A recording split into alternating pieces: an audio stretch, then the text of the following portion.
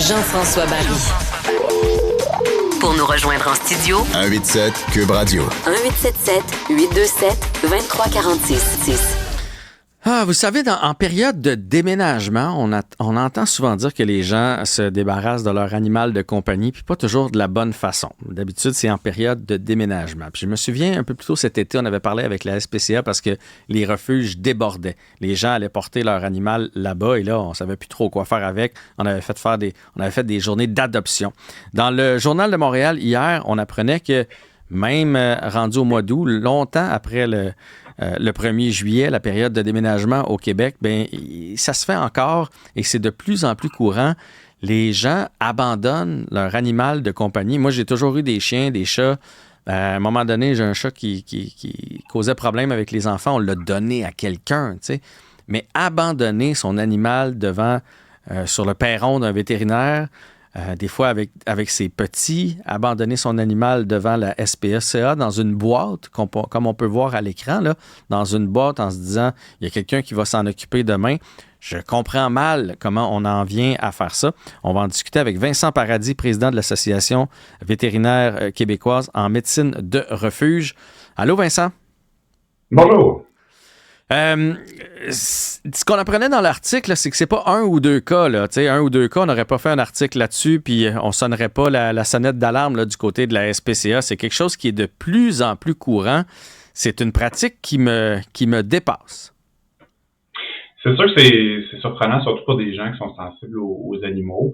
C'est sûr que ça a aussi toujours existé, par contre. Ça fait déjà une dizaine d'années que je suis dans le milieu, puis on a toujours eu ce type d'abandon-là. Quand on parle d'abandon, il faut être prudent à ne pas tomber trop rapidement dans le jugement. C'est le réflexe naturel qu'on peut avoir là lorsqu'on parle d'abandon, mais il y a toutes sortes de situations qui amènent les gens à vouloir se départir de leurs animaux. Ça peut être des raisons de santé, ça peut être des raisons financières, des raisons personnelles. Mais en tout temps, c'est sûr que si on veut abandonner son animal, on est mieux au minimum d'aller communiquer avec le refuge, de ne pas l'abandonner de manière sauvage à l'extérieur.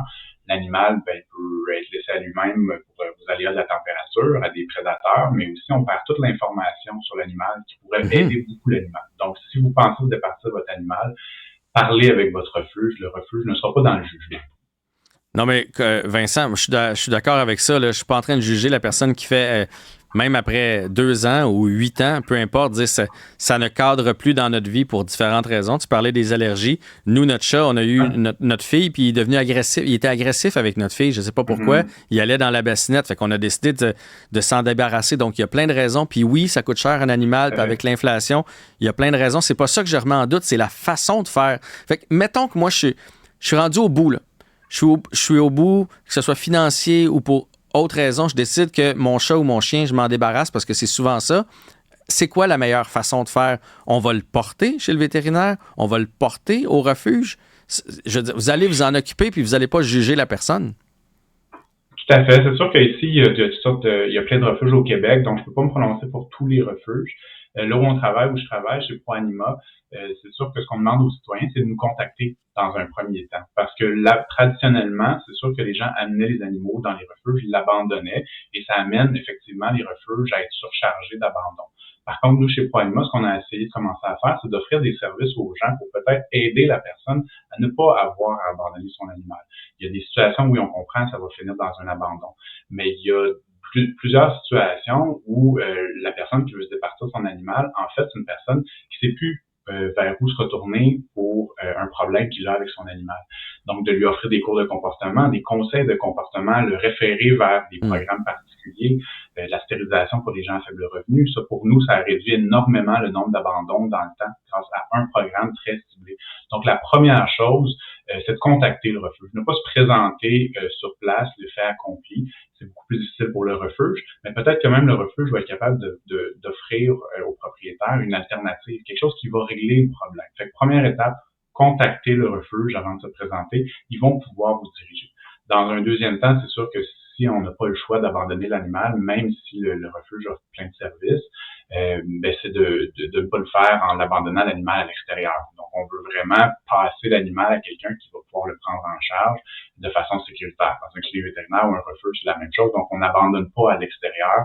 Aller vers le refuge, aller vers la clinique vétérinaire. Et ces gens-là ne devraient pas juger la personne qui amène l'animal. Ben non, assurément pas. Puis souvent, j'imagine, si on va les porter comme ça sur le perron, c'est parce qu'on a un peu honte. On n'est pas fiers là, de faire ça. Fait qu'on le fait la nuit. Donc, on a encore des sentiments pour cet animal-là. Peut-être même qu'on pleure en le laissant sur le perron. Mais comme vous disiez, il y a des solutions peut-être préalables. Puis il y a une façon de faire les choses. Mettons quelqu'un qui nous écoute aujourd'hui puis que là, il va se sentir mal puis qui se dit, ben d'abord, je vais juste le retourner dans la nature. Moi, j'ai déjà entendu ça.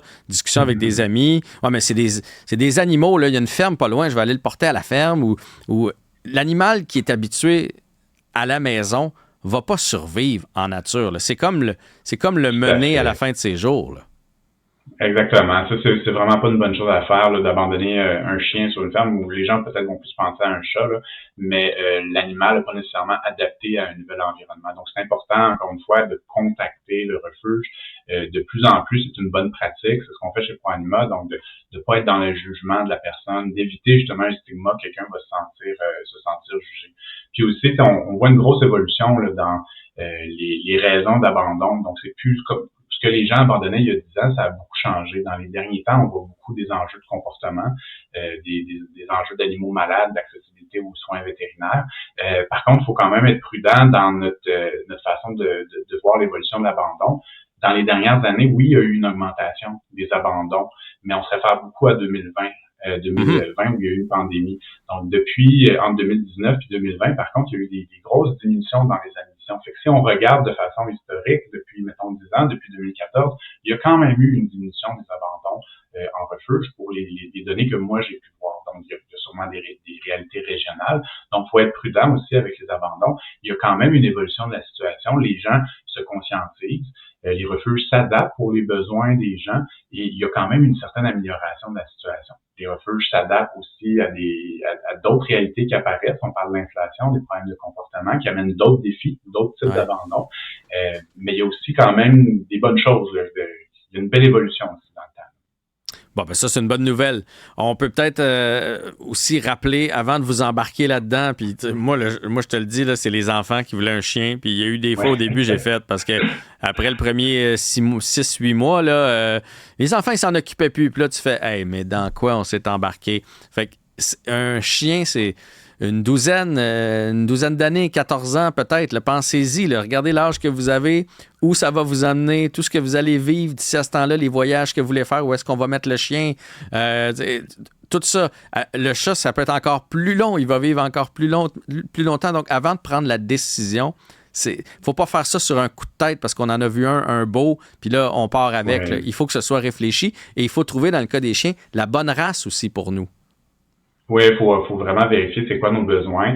C'est sûr, l'adoption d'un animal, rajouter un animal dans notre vie, c'est quelque chose qu'il faut faire en y réfléchissant comme il faut, parce que, comme vous dites, là, ça vient avec beaucoup de responsabilités. Mais dans le demeure que aussi, bon, la vie nous amène des fois à gauche puis à droite. Donc, lorsque effectivement il y a des besoins qui changent, une réalité qui change, c'est des choses des fois qu'on peut pas prévoir. Puis dans ces cas-là, ben c'est là où effectivement, j'en viens à l'abandon sauvage, là, donc vous faites des mentions dans le journal de Montréal, mais de vous référer au refuge.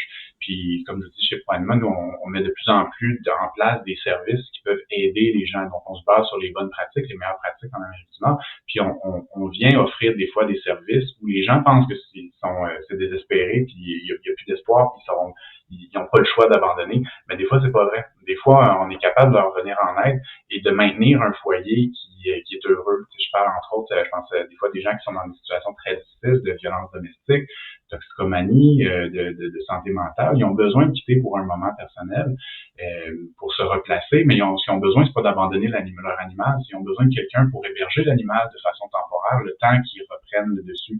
Donc ça, c'est le genre de service, le genre d'exemple où, bon, chez ProAnima, on fait ça, mais où l'abandon n'est pas nécessairement la solution, même si la situation semble désespérée pour la personne. Donc, toujours se référer à votre refuge. Et si vous êtes sur la Rive-Sud, contactez ProAnima. C'est nous autres qui offrent la majorité du service pour la région. OK. Pro-Anima, donc on garde ça en tête. Puis si vous décidez de vous lancer dans l'aventure aussi, évidemment, là, on ne parle plus des abandons, mais de le prendre dans un refuge, ça peut être une bonne idée. Ça donne une deuxième vie à un animal. Ça va peut-être aussi, s'il y a déjà 5 ans, ben, ça raccourcit quand même le risque, appelons ça comme ça.